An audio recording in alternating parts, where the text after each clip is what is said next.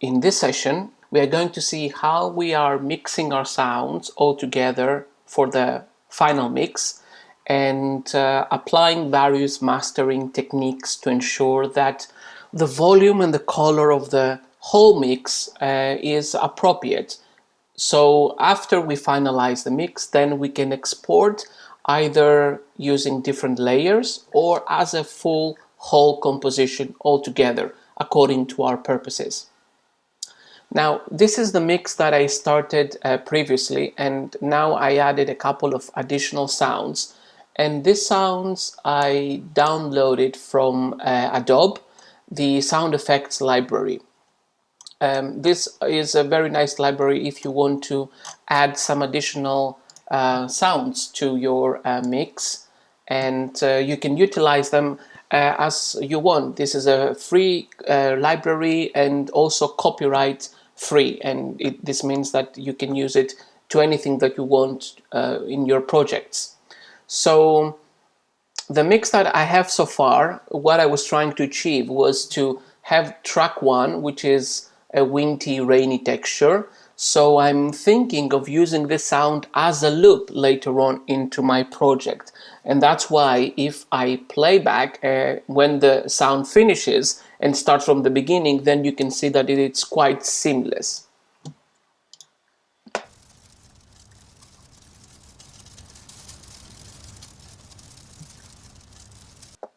Okay, then I have these additional effects that I processed, and I'm going to export the whole mix in full, but also I will demonstrate how I would export some layers specifically because they might be applied in different, let's say, applications. So my mix so far has 7 tracks and a bass track, and here we have the mastering track.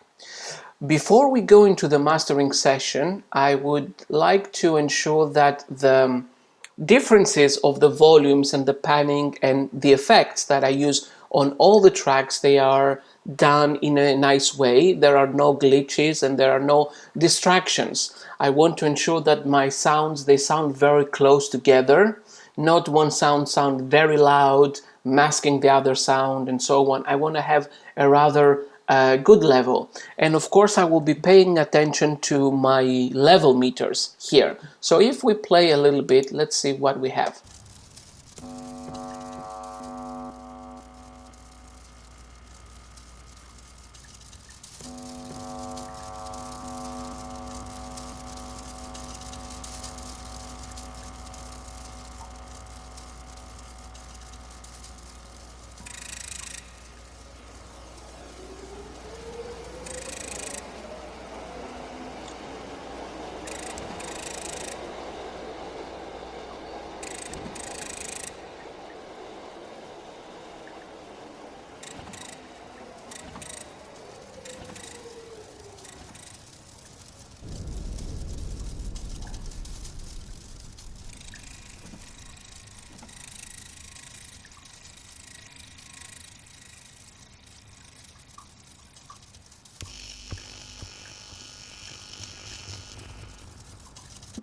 Okay, so that's the mix we have at the moment. One thing to add before going into the mastering session is that if you paid attention here in the level, you would notice that my mix doesn't go more than -18 or so, or -17. So usually this is quite low, but it's totally fine if you have a low level when you are doing the mixing phase, because we want to ensure that we fix the final volume in the mastering phase. All right.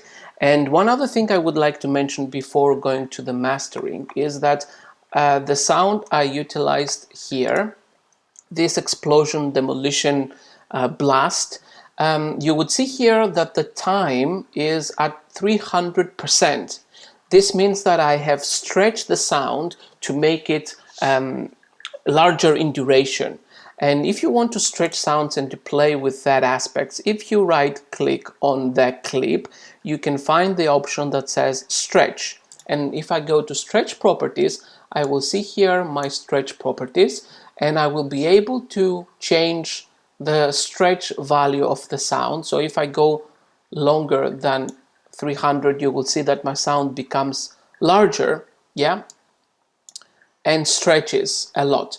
And of course, I'll go back to my 300 value, and also you will see that you can play with the pitch. So here I try to bring it a little bit lower into frequencies and to make sure that I have this low resonating blast sound. Let's hear this. Okay, if I leave it to its original settings, you will see it's much shorter. And if I bring it back to 0, which is the original pitch, this is how my sound originally sounds like. Now, of course, here we are not able to listen all of it clearly because I have processed the sound with an FFT filter. So I will deactivate the filter to ensure that we listen to the whole range. And let's go back to the stretch properties.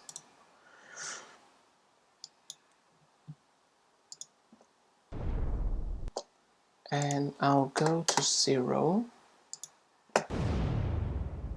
That's the original sound. And then I go to -18.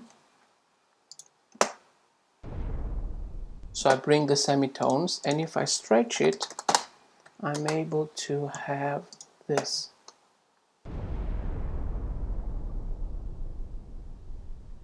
So there is like a tail, a big tail of the sound, and that was my overall objective in playing with that. Here I added an FFT filter, and I cut all of the high frequency and mid frequencies of the sound, and I kept just the low end to create this booming effect. Okay, so this is our sound, and I have also prepared another one, which is this ambient air condition, and I added the sound to enhance the low frequency and make some variation in contrast to the rainy texture that we have on the top. Okay, great. So now we go to the mastering session, and when I go to master here, you will see that I have a couple of effects. It is quite important in the mastering session to have some kind of a filter that we can shape the sound in a way that we want. A compressor, reverb, it is, I would say, not so important, but of course we can see it, and also a mastering effect that it is already in Adobe Audition. Now I will start with the FFT filter and this mastering settings that I have. For the mastering session, we need to understand that whatever we apply to the master channel, it will affect all the other channels as well. So now that I am applying this filter, it will affect the color of every clip that it is included here.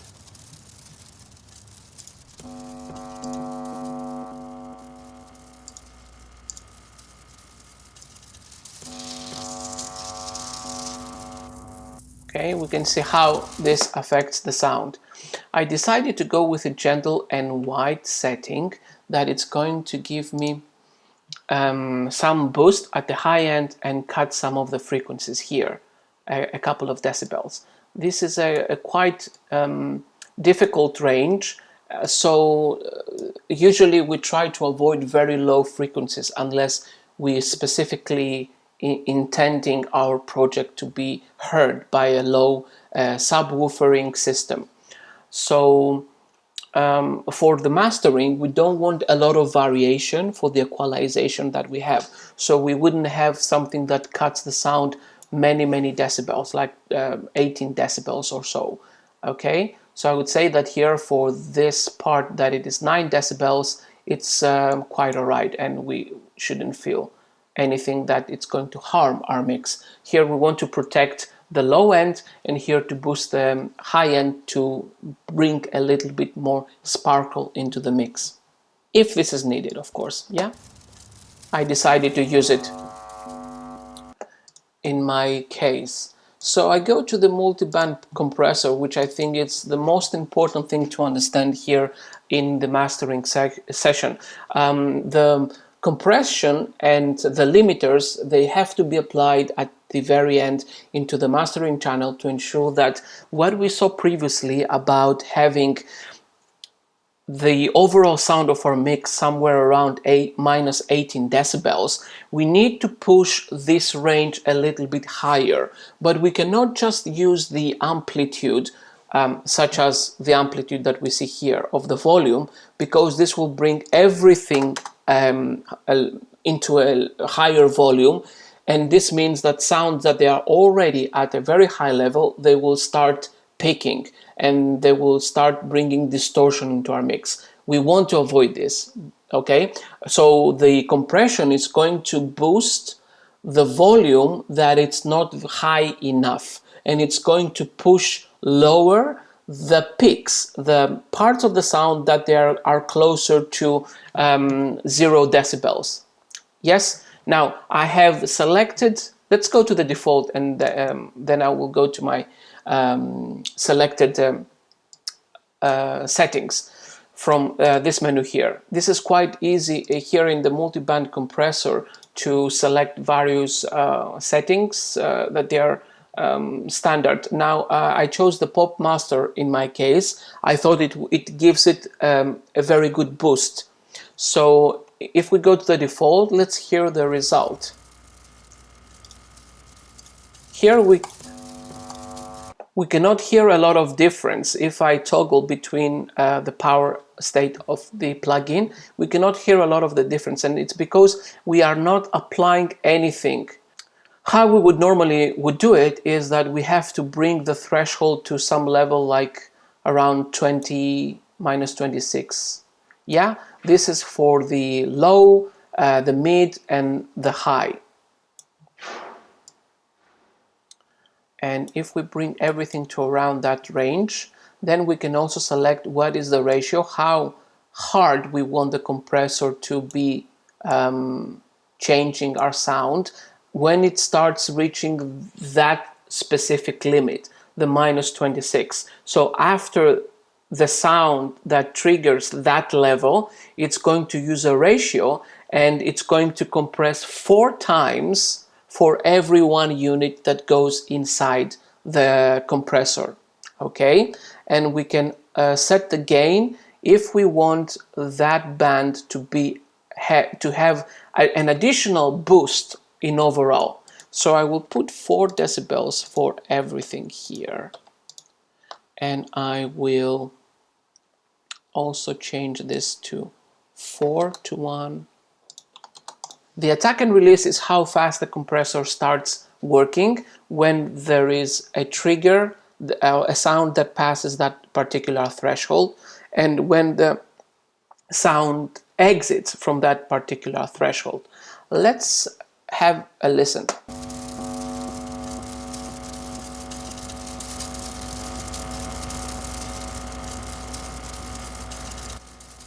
So here we can start hearing the difference between the toggle states. Yes, we can hear it that it's much louder, and we can ensure that the sound is not going to pick because it is compressed when it reaches that level. If we in addition want to ensure that we don't have any peaks, then we can activate the brick wall limiter. So what the brick wall limiter will do is it's going to ensure that there are no peaks into our mix. There is no frequency at any level is going to reach above 0 decibels. Of course, this has to be avoided from beforehand, as in our case, where we worked in a very low volume, and now we're trying to boost it. But if through the boosting process, there is some sound that triggers that level. The brick wall limiter will ensure that it never reaches above 0 decibels, which is like our limit.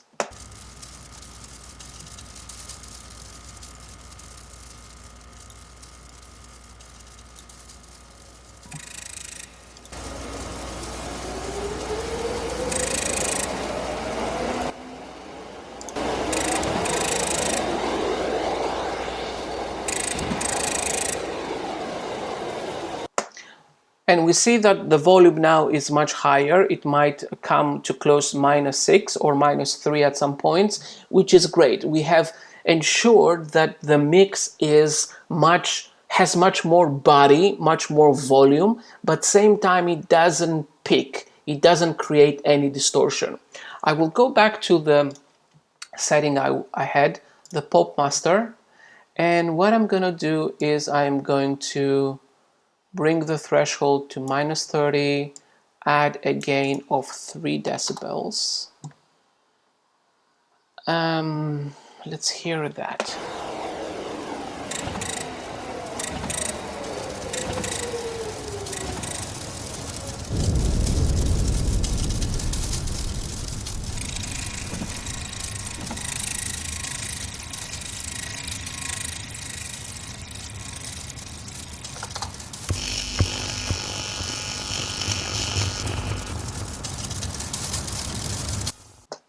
All right, so this sounds good for now. One thing I would suggest to you is that when you start putting the compressor, because it's going to affect the sounds for all the channels that you have in your mix, perhaps some parts of your mix, some tracks or some specific sounds, they may sound a little bit louder. So when I would be doing this mastering session and playing with a compressor and the different frequency bands that I want to boost and ensure that my dynamics are at a very good level, I may want to go back and play a little bit with the automation to ensure that there are no mistakes happening and the sounds, they all sound as I would like to.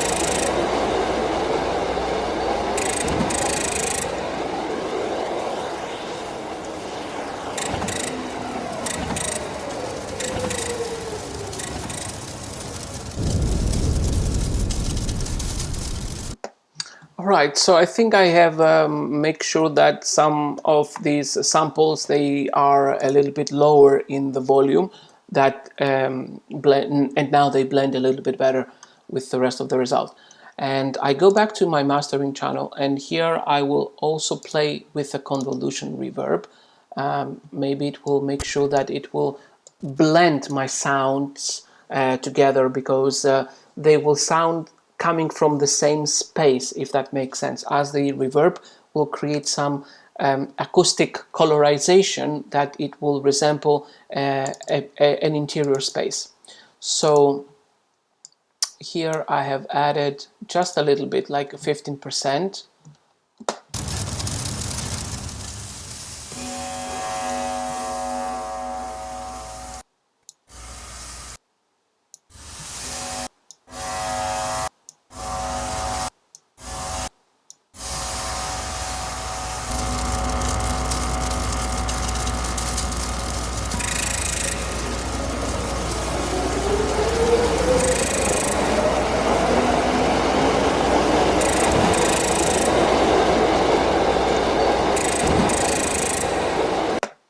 Here I am getting a peak.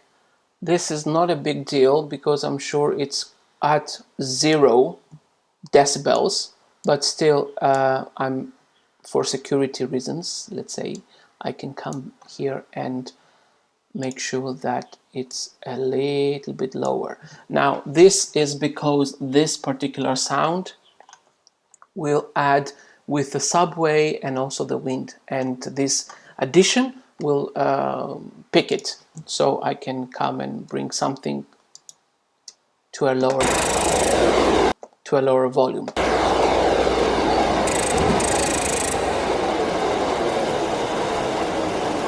Okay, so that fixed it, a couple of decibels.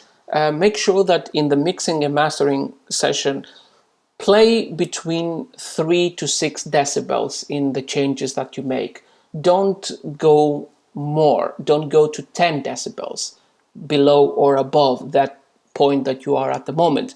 3 to 6 decibels, it's a good level to play with, okay? So that was also the addition with my reverb.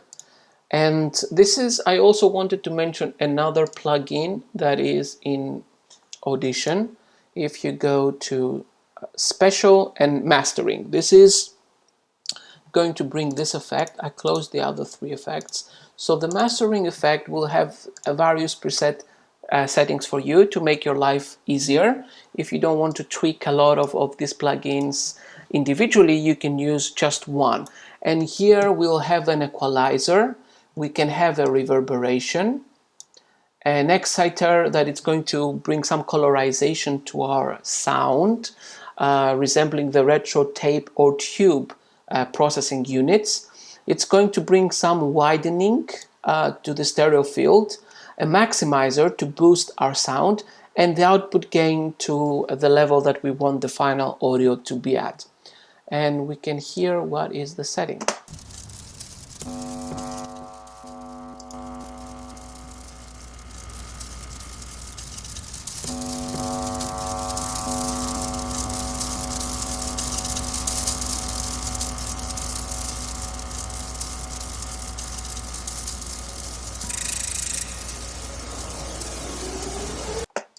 Let's try another one. Let's do the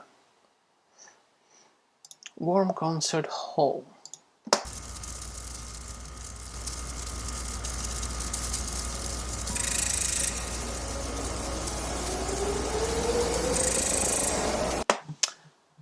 Okay, I would like very much to go back to my settings because I have more freedom to control what exactly I want to do. And here it is really important that I'm using the limiter and the compressor with the settings that I feel more comfortable and they are more customized to my mix. So my recommendation is for you guys to do the same. Now, after I finished my mix, and if I want to export it, I may want to go and select the parts that I want to export. Now I will make a layer from the sound, and this is going to be a looped sound, so I want to make sure that I will select everything here. All right, I will select this and I'll make sure that when I press solo I can hear only that wind sound. So I can come and export entire session or time selection. In this case it's exactly the same. We will not have any results. Here you can use AIFF, I recommend.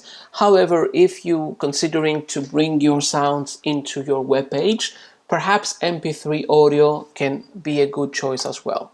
So I'll go with the MP3 audio, and I believe that this format is quite good for me. This is the compression rate at 192 kilobit per second. So this is quite good. If I want to change it, I may want to go and select a different rate. Now, if I go higher, it means that the quality will be better, but at the same time, my audio file will be much larger. So 192 is a good rate. You're gonna have a good result. This is the variable or the constant compression algorithm that the MP3 is going to use. I'll leave it to constant, and I don't want to do these guys, and I just select my output. I'm gonna store it on my desktop for now. Actually, let me store it into here.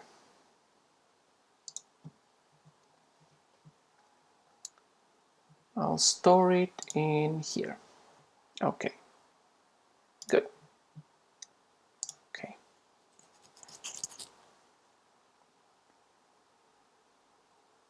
So it's worth mentioning that now that I'm exporting in this way, you see that I soloed my track, but the master track is also soloed.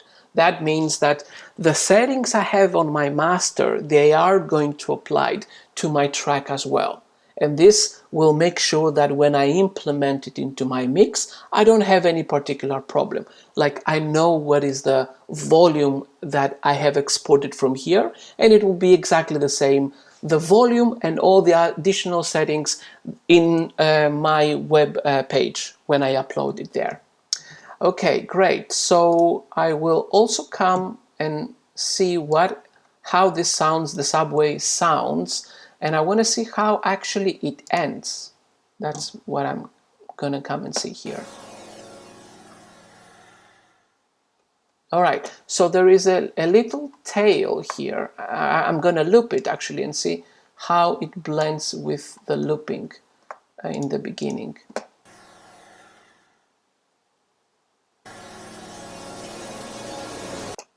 It didn't start very well.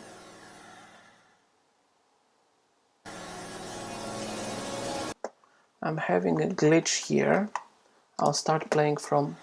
Okay, it starts well. I think there was some glitch in the playback when it started back here. So I'm gonna export this as a loop. So here I'm gonna say export time selection. Now I just need this time selection. So I may want also to come and rename my file. I forgot to do it before. I can go back and rename it. And this one will be the subway. Okay, that's my subway sound. The same compression rate. That's fine. Okay, now for the third track, because the third track, it includes the reverberation, then I need to see how I am going to select that. So let's hear that.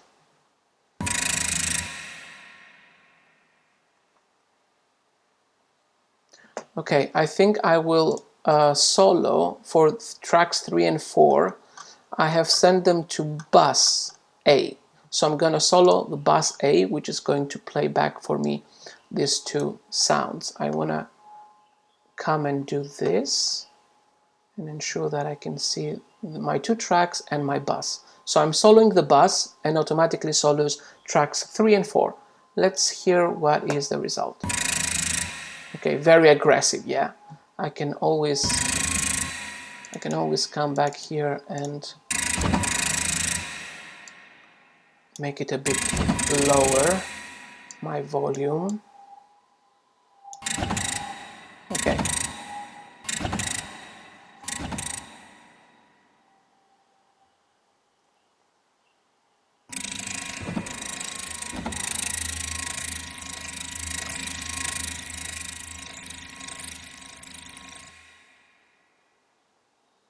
Great. So I'm going to time select from the beginning until this point. Due to the reason that here there is a lot of reverberation, this tail, I shouldn't be just cutting it directly here. I need to give it some space. So my final file is going to have the tail as well, because it is useful file sound of the file, and I want to keep that too. So I will time select this, and I'm going to export that as it is now. Time selection again, and I will choose a name. Printer. Okay, I don't need this.